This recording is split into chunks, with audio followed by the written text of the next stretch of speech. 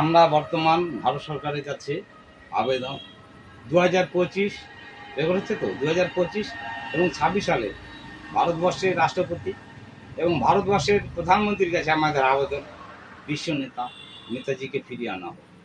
এবং শুধু তাই নয়, ভারত সরকার নয়, পৃথিবীর সমস্ত বড় বড় রাষ্ট্রনেতারা জানে নেতাজি কোথায় আছে, কি করছে, এবং নেতাজি সাধনায় সিদ্ধি লাভ করেছে। নেতাজি যেদিন আসবে দেখবে এই ভারতবর্ষের মানুষ 40-45 বছর কর্মক্ষণ ব্যক্তি হিসাবে তাকে দেখা যাবে।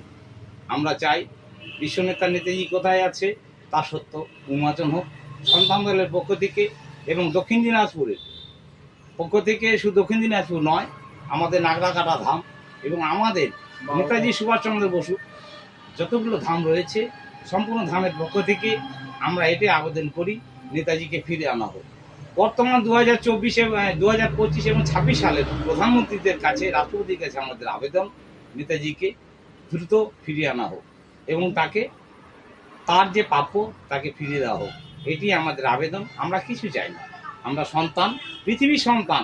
শুনে নিন, বালক ব্রহ্মচারী মহারাজ বলছেন, আমরা যারা এই পৃথিবীর সূর্যের ঔরজাত সন্তান, গর্ভে এই মাটির মায়ের আমরা সন্তান হয়েছি এবং সূর্যের পঞ্চভূতে যারা আমরা জন্মগ্রহণ করেছি, সেই সন্তানকে নিয়ে বালক ব্রহ্মচারী মহারাজ বলেছেন আমরা তার সন্তান।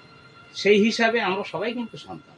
তাই সেই সন্তান হিসাবে আমাদের বীর সন্তান, আমাদের থেকেও বীর, উচ্চ পদে, তাই কে নেতাজি সুভাষচন্দ্র বসু।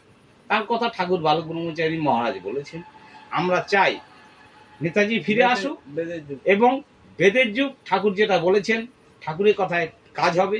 এবং ঠাকুর বলেছেন যে আমি পদ্মার পাড়ে প্রথম নিঃশ্বাস নিয়েছিলাম এবং আমি দ্বিতীয় নিঃশ্বাস আমি এই গঙ্গার পাড়ে শেষ করতে চাই না। গঙ্গাকে আমি খুব ভালোবাসি। আজকে যে গঙ্গা মা কামধেনু ছিলেন, আপনারা মনে রাখবেন, ভালো করে মনে রাখবেন, মা কামধেনু গাই আজকে বালক ব্রহ্মচারী মহারাজের কাছে 1993 সাল পর্যন্ত তিনি ছিলেন। তিনি তারপর তিনি দেহ রেখেছেন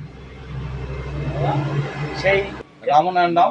এই বলে আমি দক্ষিণ দিনাজপুরের পক্ষ থেকে সবাইকে জানাই বৈদিক অভিনন্দন, রামনারায়ণ। আর নেতাজিকে জানাই জয় হিন্দ, জয় হিন্দ।